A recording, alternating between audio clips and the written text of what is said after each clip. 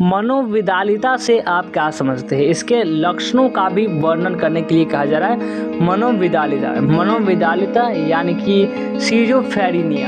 Schizophrenia को पहले डायमेंशिया यानी कि डिमेंशिया प्रेकोस यानी कि प्रेकोस के नाम से जाना जाता था। डायमेंशिया प्रेकोस शब्द का सर्वप्रथम प्रयोग क्रैपलिन ने किया था, जिसका तात्पर्य मनोविच्छिन्नता होता है। यानी कि ये जो सीजोफ्रेनिया शब्द का सर्वप्रथम ब्ल्यूमर ने 1911 ईस्वी में किया था। उन्होंने कहा कि इस रोग में व्यक्ति के व्यक्तित्व का विभाजन हो जाता है। बाद में इस संबंध में अनेक अनुसंधान किए जा रहे हैं तथा इसकी परिभाषा देते हुए जेसी कोलमैन ने कहा है कि मनोविकलता वह विवरणात्मक पद है जिसमें मनोविकृति से संबंधित कई विकार का बोध होता है। इसमें बड़े पैमाने पर वास्तविकता तोड़ मरोड़ कर दिखाई देती है। रोगी सामाजिक अंतःक्रियाओं से पलायन करता है। व्यक्ति का प्रत्यक्षीकरण विचार और संवेग अपूर्ण और विघटित रूप में होते हैं। और इसमें लक्षण इसका जानते हैं यानी कि सिम्टॉम्स। तो ये जो सिम्टॉम्स होते हैं ये मनोविदालिता के रोगियों में बहुत प्रकार के शारीरिक एवं मानसिक लक्षण देखे जाते हैं, जिनमें कुछ मुख्य लक्षण भी निम्नलिखित हैं। पहला कि संवेगात्मक उदासीनता। मनोविदालिता की रोगी संवेगात्मक रूप से उदासीन रहता है, अर्थात तो रोगी यानी इमोशनल एपैथी में पाया जाता है। फिशर ने इमोशनल एपैथी को मनोविदालिता का मोस्ट कॉमन सिम्टॉम्स स्वीकार किया है। और रोगी बाह्य वातावरण के प्रति कोई प्रतिक्रिया, कोई रिएक्शन नहीं करता है, यहाँ तक कि यदि उसके परिवार में किसी व्यक्ति की मौत हो जाए, अगर परिवार जो इसमें किसी व्यक्ति की अगर मौत भी हो जाती है तो भी कोई फर्क नहीं पड़ता है। उसके बाद है कि संवेगात्मक उदासीनता। मनोविदालिता की रोगी संवेगात्मक से उदासीन रहता है, अर्थात रोगी इमोशनल एपैथी में पाया जाता है। फिशर ने इमोशनल एपैथी को मनोविदालिता का मोस्ट कॉमन सिम्टॉम स्वीकार किया। रोगी ब्रह्म वातावरण के प्रति कोई प्रतिक्रिया नहीं करता, यहाँ तक कि यदि उसके परिवार में किसी व्यक्ति की मौत भी हो जाए तो भी उसे कोई किसी प्रकार का दुख की अनुभूति नहीं होती। जब प्रश्न पूछे जाने पर वह संक्षिप्त उत्तर देता है। कभी कभी दो विरोधी संवेगात्मक प्रतिक्रियाएं एक साथ देखने को मिलती है। उदाहरण के लिए उसमें रोने या हंसने की क्रिया एक साथ देखी जा सकती है। रोगी अपने शारीरिक अवस्थाओं के प्रति काफ़ी उदासीन होता है और खाने पीने की कोई परवाह नहीं करती। और मैक्रूला ने में भी इमोशनल एपैथी को इस क्या है कि मानसिक रोग का एक प्रमुख लक्षण माना गया है।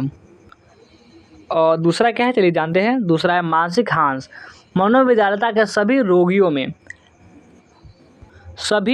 में ये जो लक्षण है वो देखे जाते हैं। कहने का तात्पर्य यह है कि उसकी मानसिक क्रियाएं विभिन्न दोषों से युक्त रहती है। उसका चिंतन पूर्ण रूप से अव्यवस्थित रहता है। इसकी स्मृति बहुत कमज़ोर होती है। उसी परिस्थितियों में सुलझाने में असमर्थ रहते हैं और यहाँ तक कि अपना नाम, पता आदि को भी नहीं बदल पाते। मनोवैज्ञानिक अध्ययनों से यह स्पष्ट होता है कि के रोगी का सामान्य से बहुत कम है, यानी कि IQ लेवल जो है वो जो कॉमन जो होती है, मीडियम होती है, उससे भी काफ़ी लो है। तीसरा है विनम्र, यानी मनोविदालिता के रोगी का प्रधान लक्षण विनम्र है। इससे ग्रस्त रोगियों में अनेक प्रकार के विनम्र देखे जाते हैं, फिर उनमें संरक्षण की प्राधान्यता रहती है। मनोविदालिता का रोगी ऐसे अनुभव करता है कि उसे भगवान या किसी काल्पनिक व्यक्ति की आवाज़ सुनाई पड़ रही है। कभी कभी वह भगवान की आवाज़ को सुनता है और चिल्लाता है। रोगी वह भी समझता है कि सभी लोग उसके क्या है दुश्मन हैं और जहर देकर मारना चाहते। खाने में उसे कोई स्वाद नहीं मिलता और वह आसपास की दुर्गंध से सशक्ति रहता है। इस प्रकार के रोगी विभिन्न प्रकार के विनम्रों का शिकार बन जाता है। और चौथा है व्योमोह। इसकी जो स्पेशलिटी है वो है व्योमोह, यानी कि मनोविदालिता के रोगियों में व्योमोह यानी कि डिल्यूजन्स के लक्षण भी देखे जाते हैं।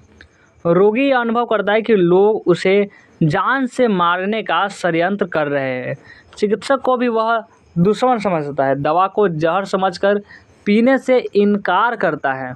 डॉक्टर पेज ने मनोविकलता के रोगियों के व्यामोह की तुलना सामान्य व्यक्ति के स्वप्न से की। जिस प्रकार स्वप्न को स्थिति में दृश्य को हम देखते हैं वे शून्य प्रतीत होते हैं, ठीक उसी प्रकार इस रोग से पीड़ित व्यक्ति अपने डिल्यूजन्स को शून्य स्वीकार कर लेता है।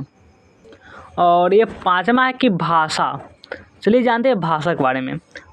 भाषा दोष रोगियों में बोलने की गड़बड़ी के लक्षण भी देखे जाते हैं। उनके वाक्य निरर्थक एवं लंबे होते हैं। कभी कभी कोई शब्दों को मिलाकर एक नए वाक्य का निर्माण कर लेते हैं। कभी रोगों इतनी तेज रफ्तार से क्या कि बढ़ता है जिसे दूसरे लोग सुन नहीं पाते। इसी प्रकार रोगी में विचित्र लेखन के लक्षण देखे जाते हैं। उसकी लेख शैली दोषपूर्ण होती है। लिखने में सिलसिले में वे symbols, lines, roving and words को एक साथ ही एक साथ मिला देते। व्याकरण के नियमों का वे कभी पालन नहीं करते। और इसमें अगला है छठा कि शारीरिक क्षमता का हाल। मनोविकलता के रोगी शारीरिक रूप से कमज़ोर होते हैं। शरीर में मेहनत करने की क्षमता नहीं होती। वह हमेशा नींद की कमी महसूस करता है। इस प्रकार जो सिजोफ्रेनिया के रोगी में अनेक प्रकार के मानसिक और शारीरिक दोष पाए जाते हैं।